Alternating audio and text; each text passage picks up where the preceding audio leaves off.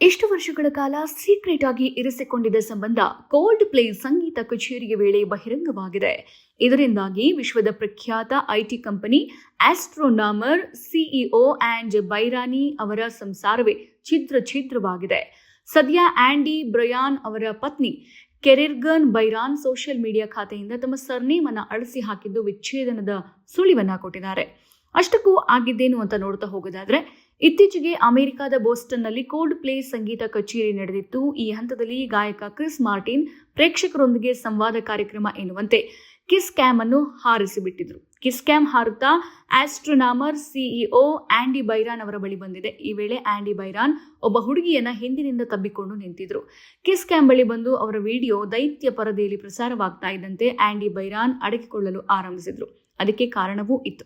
Andy Byron ತಬ್ಬಿಕೊಂಡಿದ್ದ ಹುಡುಗಿ ಬೇರೆ ಯಾರೂ ಆಗಿರಲಿಲ್ಲ, ಆಸ್ಟ್ರೋನಾಮರ್ ಕಂಪನಿಯ ಚೀಫ್ ಪೀಪಲ್ ಆಫೀಸರ್ ಕ್ರಿಸ್ಟಿನ್ ಕ್ಯಾಬೋಟ್ ಆಗಿದ್ರು.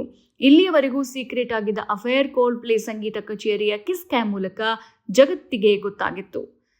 ಇನ್ನು ಕಾನ್ಸರ್ಟ್ಗೆ ಬಂದಿದ್ದ ಜನ ಸಮೂಹದೊಂದಿಗೆ ಸಂವಹನ ನಡೆಸುವಾಗ ಮಾರ್ಟಿನ್ ಪ್ರೇಕ್ಷಕರಲ್ಲಿ ಒಬ್ಬ ದಂಪತಿಗಳತ್ತ ಕಿಸ್ ಕ್ಯಾಮೆರಾವನ್ನು ತಿರುಗಿಸಿದ್ರು.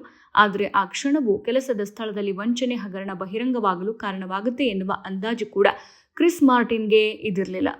ಕ್ಲಿಪ್ ಪ್ರಕಾರ ಈಗಾಗಲೇ ವಿವಾಹಿತರಾಗಿರುವ ಬೈರನ್ ಬುಧವಾರ ಬೋಸ್ಟನ್ನಲ್ಲಿ ತಮ್ಮ HR ಲೀಡ್ ಕ್ರಿಸ್ಟಿನ್ ಕ್ಯಾಬೋಟ್ ಜೊತೆಗೆ ಸಂಗೀತ ಕಚೇರಿಯಲ್ಲಿ ಭಾಗವಹಿಸಿದ್ರು. ಕಿಸ್ ಕ್ಯಾಮ್ ಇಬ್ಬರ ಮೇಲೆ ಇಳಿತಾ ಇದ್ದಂತೆ ಮಾರ್ಟಿನ್ ಇವರಿಬ್ಬರನ್ನ ನೋಡಿ ಅಂತ ಹೇಳಿದ್ರು.